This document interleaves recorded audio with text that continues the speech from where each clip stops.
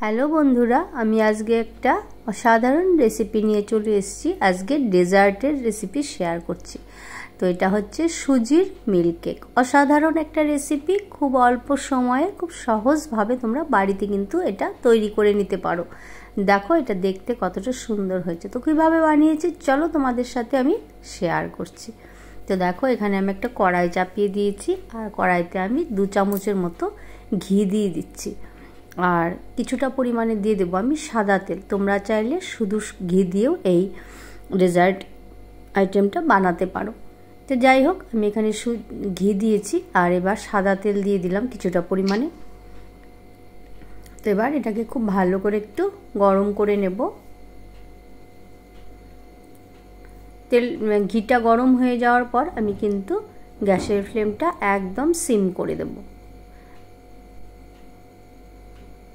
তা না হলে কিন্তু সুজিটা খুব সহজেই কিন্তু জ্বলে যাওয়ার চান্স থাকে। তো যাই হোক, দেখো আমি এখানে কিছুটা পরিমাণে সুজি দিয়ে দিলাম। তো সুজিটাকে এবার খুব ধীরে আস্তে আমি এটাকে হালকা হালকা করে ভাজবো। দেখো আমি গ্যাস সিম করে এটাকে ভাজতে ভাজতে এটার কালারটা কিন্তু চেঞ্জ হয়ে আসছে।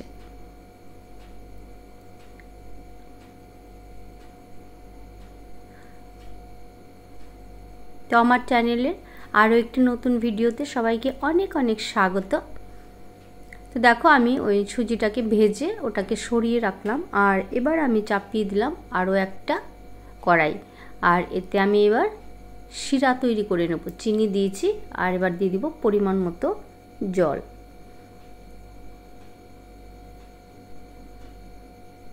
এটাকে আমি অনবরত নাড়তে থাকবো যতক্ষণ না পর্যন্ত চিনিটা মেল্ট হয়ে যাচ্ছে। তো দেখো চিনিটা আমার মেল্ট হয়ে গেছে, আর এবার আমি দিয়ে দিলাম 2 প্যাকেট আমুলের দুধ। তা আমুলের দুধ দেওয়ার জন্য কিন্তু মিল্ক কেকটা খেতে খুবই টেস্টি হবে। তো এটা বড় থেকে বাচ্চারা খুবই পছন্দ করবে। একবার রিকোয়েস্ট করব বাড়িতে বানানোর, তো বাইরের দোকান থেকে মিষ্টি খেতে কিন্তু ভুলে যাবে সবাই, আর বারবার কিন্তু এটা বানানোর জন্য আবদার করবে। তো দেখুন এটাকে আমি খুব ভালো করে মিক্স করে নিয়েছি আমুলের দুধটাকে শিরার মধ্যে। আর এবার আমি ভেজে রাখা সুজিগুলো দিয়ে দিলাম। তো এবার কিন্তু এটাকে অনবরত নাড়তে হবে, তা নাহলে কিন্তু সুজিটা দলা পাকিয়ে যাবে। তো আমি গ্যাসের ফ্লেমটা কিন্তু একদম লো রেখেছি, আর এবার খুব সুন্দরভাবে কিন্তু এটাকে মিক্স করছি। তো এবার আমি দিয়ে দিলাম কিছুটা পরিমাণে আমি প্যাকেটের দুধ আগের থেকে জাল করে ঠান্ডা করে রেখেছিলাম। তো সেই দুধটাকে আমি এর মধ্যে দিয়ে দিলাম। দিয়ে এবার কন্টিনিউ কিন্তু খুব সুন্দরভাবে নাড়তে থাকবো এটাকে।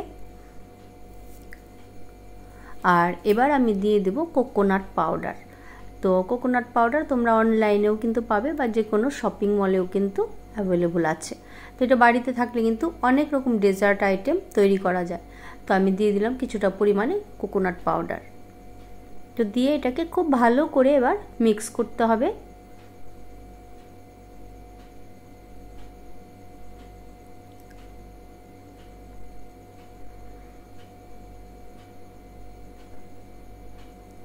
তো আমি খুব সুন্দরভাবে এটাকে মিক্স করে নিয়েছি। আর এবার আমি একটা ডিশ নিয়ে নিয়েছি, এর মধ্যে হালকা ঘি তোমরা একটু লাগিয়ে নিতে পারো। আর এবার আমি এটাকে নামিয়ে এটাকে খুব সুন্দরভাবে একটা শেপ দেব। আর ঠান্ডা হওয়া পর্যন্ত আমি অপেক্ষা করব। তো এই কাজটা কিন্তু গরম অবস্থায় করতে হবে। তো আমি এটাকে খুব সুন্দরভাবে কিন্তু একটা স্কোয়ার শেপ দিয়েছি, আর এটা আমি এখন রেস্টে রেখে দেব একদম নর্মাল ঠান্ডা হওয়া পর্যন্ত। আর এবার আমি দিয়ে দিচ্ছি ওপর থেকে কিছুটা পরিমাণে কোকোনাট পাউডার। এতে কিন্তু দেখতেও খুব সুন্দর হবে, আর খেতেও আরও সুস্বাদু হবে। তো কিছুটা পরিমাণে কোকোনাট পাউডার ওপর থেকে আমি দিয়ে দিলাম, আর এটাকে আমি একদম ঠান্ডা হওয়া পর্যন্ত অপেক্ষা করব। তো অনেকক্ষণ পর আমি এটাকে 4-5 ঘন্টা আমি রেখে দিয়েছিলাম। তো এবার আমি এটাকে কেটে আপনাদেরকে দেখাচ্ছি যে কত সহজভাবে এত সুন্দর একটা ডেজার্ট আইটেম কিন্তু আমরা বাড়িতে বানিয়ে নিতে পারি। এটা খেতে অসাধারণ টেস্ট।